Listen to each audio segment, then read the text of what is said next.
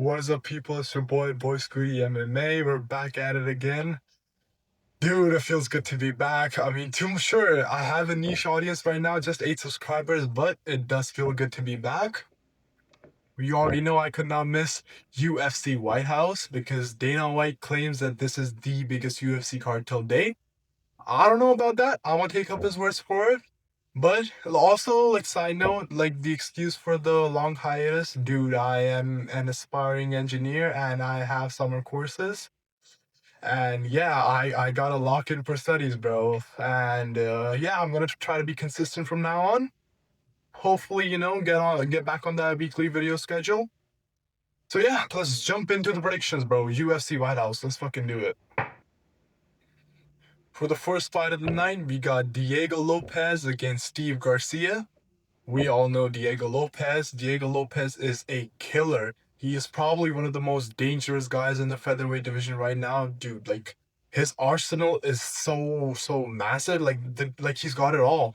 He's finished fights in every way possible. Like, he's got killer submissions. He's a BJJ black belt, and dude, he's got slick ass elbows. Like, we all saw that spinning back elbow KO against Gene Silva. Like, who does that to Gene Silva, bro? Diego Silva is probably the best featherweight right now, if of course Volk didn't exist. This is one of those similar dilemmas where Max was, because the thing is, Max was so good for the featherweight division. Like, every contender they threw against him, he beat them all except the champion. And yeah, Diego is also in a similar situation right now because he can beat them all. He's beaten them all, of course, except the champion, and no shame in that. Of course, that's the great dude, Alexander Volkanovski. But we all know who Diego Lopez is. Now he's up against Steve Garcia, the Mean Machine. Steve Garcia, he's 34 years old. He's been storming through the UFC featherweight division. I believe he's like on a 7-fight undefeated streak right now, which is probably the second longest streak in the featherweight division. Dude, the guy is an absolute knockout machine. Like, he's finished all 6 of his fights in the featherweight division by knockout. He's been storming through everyone in the featherweight division. Until now, he faces like a massive step up in competition, which is Diego Lopez. This fight, how I believe this goes is Steve Garcia, sure, like, the fight's happening in the White House, he's American. Sure, the hometown fans will be all cheering for him. And there could be a mental aspect behind it where Diego could just be demotivated, I guess. But keeping apart all that, the only realistic path to victory for Steve Garcia is if he gets a round 1 knockout and he catches Diego clean, which is a very real possibility because, like, we know how Diego fights. He's a kill or be killed type of guy. Steve Garcia will not forgive that. Like, all he needs is one shot and Diego is flatlined. But Diego, I believe, but Diego is just a massive step up in competition that Steve Garcia hasn't come across yet. And yeah, I believe Diego just shows levels in this fight, dude. Like, I believe it's gonna be a complete domination from Diego. I do not think he finishes Steve Garcia. Like, there could be a slight chance he gets the submission because Steve Garcia's grappling has been kind of untested right now. Apart from that, if this fight stays standing up, I believe Diego controls the entire fight. Yeah, maybe Steve Garcia gets in a shots here and there, but I believe this is a clear maybe 30-27 for Diego Lopez, dude. This is like one of those showing levels fight for him. I'm gonna be rooting for Diego too, though. So yeah, that's my prediction for the fight. Diego Lopez by decision, a 30-27. Let's get on to the next fight. For the second fight of the night, we got Bo Nickel against Kyle Daukaus. Bo Nickel, he's probably the greatest college athlete we've ever come across in the UFC. He is a 3-time NCAA wrestling champion. Basically, probably one of the best wrestlers we've ever come across in the history of the UFC, period. He's probably one of the biggest prospects too in the UFC right now. Like, sure, you could say he's overhyped when he lost his fight against RDR, but I believe that loss was nothing but motivating for him just to better himself. Like, we saw, he came back so strong in his last fight against Rodolfo Vieira, where he just fucking head kicked Vieira out into the oblivion. The guy's stand-up is good, and the wrestling is just undeniable. He's coming up against Kyle Daukaus, though. Kyle Daukaus, sure, like his first run in the UFC, he was on a skid. He got cut from the UFC. he went back to the regional scene and he built himself up where he gained like 4 straight wins. And the UFC called him back again, and since then he's been on a roll. He knocked out Michel Pereira. He also submitted GM3. The guy is a submission machine. He's literally named the Dark Knight. So all he's about is just taking his opponents down to the mat and submitting them, which is not gonna happen against Bo. Of course, it's fucking Bo, dude. He's fighting at the White House. He's got everything to prove here. Like, the pressure is gonna be immense. I believe Bo just shines under the bright lights. Bo is gonna control this fight from the start to finish. And I believe Bo's gonna put on a spectacle here by just straight up knocking out Kyle Dawkins. I call it like there is a chance that he could just lay and prey on Kyle Dawkins the entire fight. That is probably his best way to a victory, but it's at the White House. He's got everything to prove. I believe he finds the knockout. So my prediction for this fight is gonna be a round 2 knockout for Bo. Next up, we got probably the biggest mismatch of the entire card. It's Mauricio Rufy against Michael Chandler. Michael Chandler is a fucking bum, bro. Like, I kind of feel bad for the dude. Like he's been waiting probably 3 years for that red penny night. But yeah, guess what? McGregor ain't fighting him. McGregor's fighting Holloway. So I kind of feel bad for Chandler, but at the same time, he's a fucking bum, bro. Paddy literally beat the shit out of him. Rufy just knocks him out in round 1 or 2, I believe. Like there is no competition in this fight.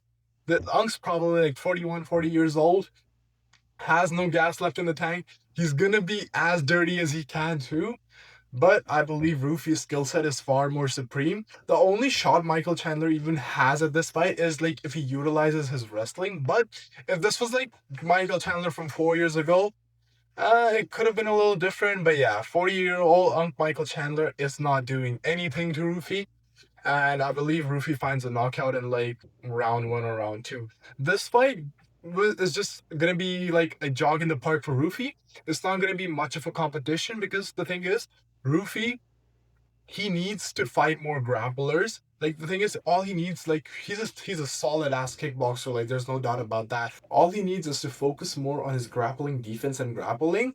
And I believe, sure, Michael Chandler is a very good wrestler, but at 40 years of age, he gives him no competition at all. So my prediction for this fight is gonna be a round 2 knockout for Rufy.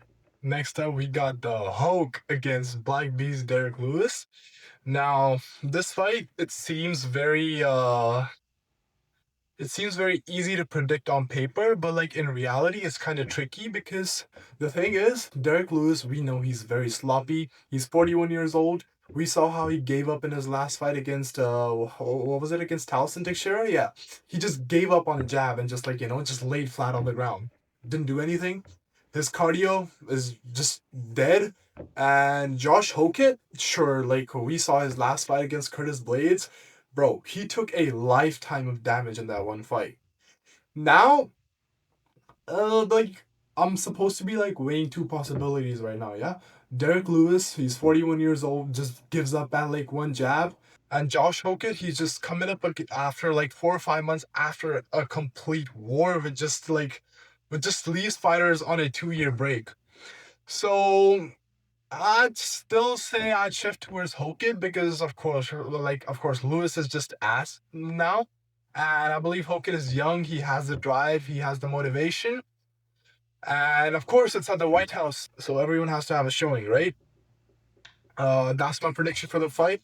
I predict a round 1 knockout for Josh Hogan. This should be a fun fight. I do not know if it's gonna be fun though. It could just be Lewis versus Ngannou, but of course it's Hogan. The Hulk always makes it fun though, so I'm relying on another spectacle showcase from the Hulk. Next up, we got the most entertaining 135 pounder in the whole world, Sugar Sean O'Malley against Ayman Zahabi. Now it's a typical American versus Canadian fighter at the White House. The thing is, lights are too bright. Sean O'Malley has been there, Zahabi hasn't. Even though Zahabi is from TriStar Gym and like his brother's Firs Zahabi, who is probably the best MMA coach of all time. He's trained GSP and also he's training Ayman. But the thing is, people are like, I've heard various opinions about this fight from people. Some say Ayman Zahabi is just gonna grapple fuck Sean O'Malley. Some say he's too tough, but fuck no. It's at the White House. Lights are gonna be too bright. Sugar Sean O'Malley has been there, and he'll prove it once again. Sugar Sean O'Malley knocks out Zahabi in round two. And for those saying Zahabi is very tough, well, he went to he went to decisions against Jose Aldo and Chito Vera, which says nothing about his toughness at all. He hasn't even met a striker at just like even remotely at the level of Sean O'Malley. So my prediction for this fight is gonna be a round three knockout for Sean O'Malley. Okay, for the co-main event, we got Alex Poatan Pereira against Cyril Gane. I would be lying if I said I wasn't scared for Poatan, but Poatan has proved me wrong on several occasions, and I'm gonna ride Poatan on this one too. And the breakdown is, we know Poatan, probably one of the best kickboxers in the world right now. Cyril Gane, he's also a very, very elite kickboxer in his own regard, probably the fastest heavyweight right now in the UFC, except for Tom Aspinall, because I believe Tom Aspinall's explosiveness is better. But yeah, like his timing and accuracy is impeccable. Like Cyril Gane is in is a natural at kickboxing, dude. He's probably one of the most athletic heavyweights I've seen in so long. But he's coming up against a Poatan who's moved up from 205. I do not know how this change goes for him, but I'm gonna just go ride the Peloton train, dude. Like, honestly, for me, I have no idea how this plays out. I wouldn't be like I would be mad if Cyril wins, but like I can see Cyril winning this one too. Like, yeah, I mean the odds are like matching this fight very close, and that's fair, dude. Like Cyril Gane is probably the best kickboxer in the heavyweight division right now, and Alex Pereira is probably the best kickboxer in the UFC right now. Also, he's moving up a division, so the odds are kind of fair. But I've trusted Poatan every time. I'm gonna trust him with this one too. I believe Poatan takes it, becomes a three-division champ, and finally is cemented as the GOAT. John Jones, sure, he's probably the GOAT right now. He's an elite fighter, probably the best fighter in the world. But if Poatan makes it happen, there is no GOAT debate. It is gonna be Poatan. My prediction for this fight is a. It's very difficult, dude. I honestly round I think this goes to the championship rounds. A round four knockout for Poatan. I think I can see that. A late round four or a early round five knockout. That's my prediction. Anyways, let's get on to the main event, dude. This fight is stressful. Okay, for the main event, we got Ilya Topuria against Justin the Highlight Gaethje. Dude, I mean, this being the main event for UFC White House doesn't really suit too well. The real main event should have been Topuria against Sarukian. Honestly, this is just an execution, dude. This is actually just televised murder. Justin Gaethje, dude, like I kind of feel bad for him. Like him and Poirier might be the most unluckiest fighter in like probably the history of the UFC. Both of these guys are elite level, but like their paths to the title. First, fucking Khabib, Oliveira, Makhachev, Topuria. You cannot make this shit up. Anyways, Topuria by round one knockout. Yeah, there's nothing else to say. Topuria by round one knockout. Anyways, I'm gonna try to be consistent from now on, dude. Like, sure, I have school and shit, but like, I gotta focus on this shit too, bro. I gotta like grow my niche audience. And next week I'll see you with and now I'll try to be consistent with the weekly uploads. So stay tuned. Hopefully, this is a good card.